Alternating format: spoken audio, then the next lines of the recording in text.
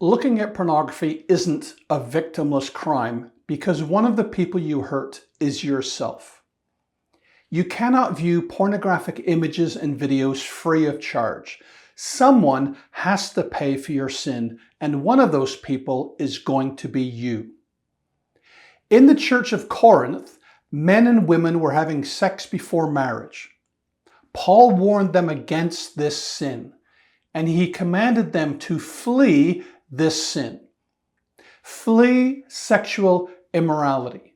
Every sin that a man does is outside the body, but he who commits sexual immorality sins against his own body. When you commit sexual immorality by having sex before marriage, says Paul, you sin against your own body. You use your body to commit an act that God forbids. You defile your body by performing an act that is only for marriage.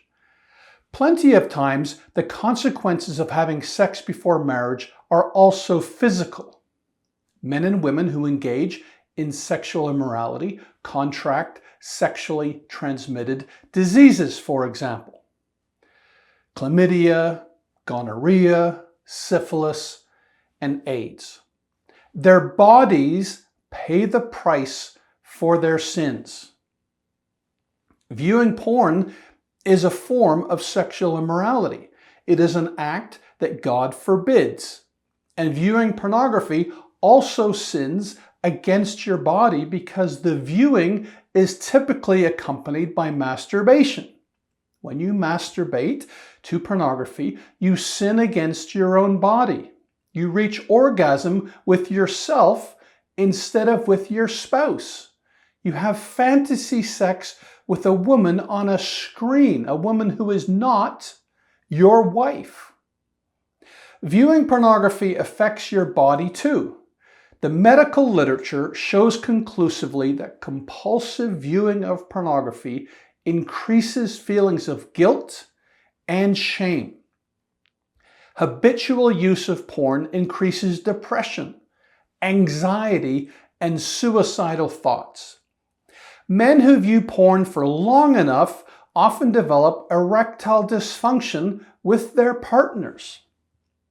Viewing porn also sins against your mind by causing you to become sexually out of control, compulsive, and controlled by porn. It sears your conscience.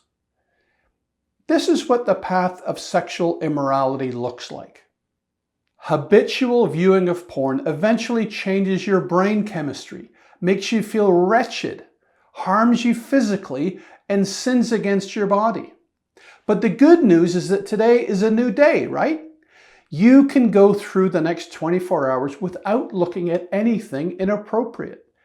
You can walk with the Lord for the next 24 hours without touching yourself.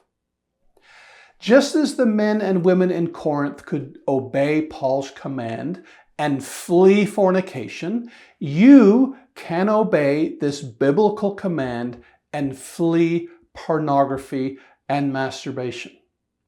Why not do this today? Your body will thank you for it.